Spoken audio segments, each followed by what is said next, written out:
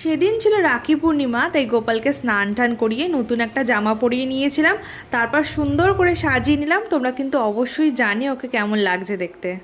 আমরা অনেক ভাই বোন জ্যাঠা কাকা মিলে তো সেদিনকে দিদিরা এসেছিল বাড়িতে।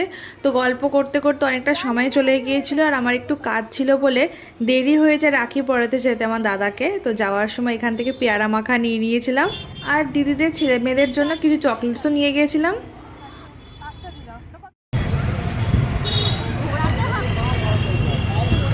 কি বলছিস?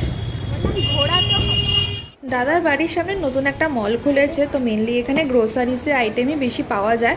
তো আমরা দেরি করছিলাম বলে সবাই এখানে চলে এসেছে, তাই আমরাও চলে আসলাম। যদি কিছু পছন্দ হয় চলো দেখা যাক।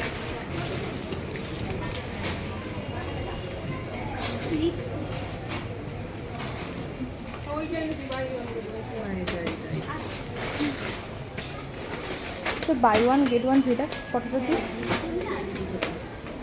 ভালো তো। যেহেতু আমি এখন রান্নার ভিডিও আমার চ্যানেলে দিচ্ছি, তো তার জন্য আমার সুন্দর সুন্দর প্লেটস আর বাটি দরকার ছিল। তো এখান থেকে কিছু বাটি আর প্লেট আমি নিয়ে নিয়েছি। প্রাইসগুলো বেশ রিজনেবলই ছিল, 149, 50 এরকম কিছু প্রাইস ছিল। আমি বেশ অনেক কিছু এখান থেকে পারচেস করেছি, তো আগে তোমাদের দেখাবো।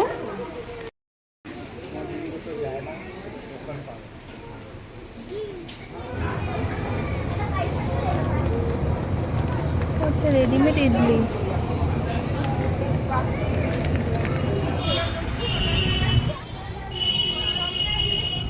আমি এখানে জাস্ট এসলাম এমনি দেখতে, তো এত কিছু কেনাকাটি করে ফেলেছি। আমার দাদা বলছে তুই আমাকে প্যাকেটটা দে, তুই নিয়ে হাঁটতে পারবি না। চললাম দাদার বাড়ির দিকে, আর এটা অনেক পুরোনো একটা মন্দির, তো সেদিন পুজো হচ্ছিল তাই একটু ক্যাপচার করে নিলাম।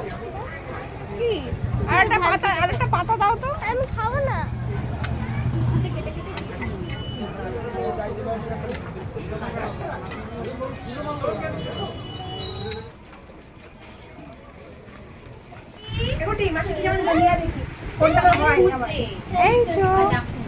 কি হয়েছে? কি হয়েছে? তুমি চিনতে পেরেছো আমাকে?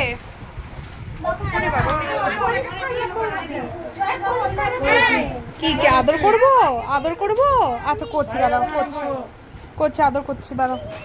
অনেক দিন পর আমরা ভাই বোন একসাথে দেখা করতে পারলাম। আসলে কোনো অনুষ্ঠান হলেই একসঙ্গে দেখা করা সম্ভব হয়, তাও এখানে সবাই ছিল না, অনেকেই মিসিং ছিল। তো আমরা ভাই বোনেরা, তারপর তাদের ছেলেমেয়েরা অনেকজন, বেশ মজা হচ্ছিল।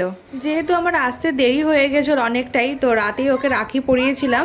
তো যাই হোক, খুব ভালো কেটেছে সেদিনকে দিনটা। তারপরে খাওয়া দাওয়া সেরে চললাম বাড়ির দিকে। দেখা হচ্ছে নেক্সট ভিডিওতে। যদি ভিডিওটা ভালো লাগে please do like, comment, share and subscribe.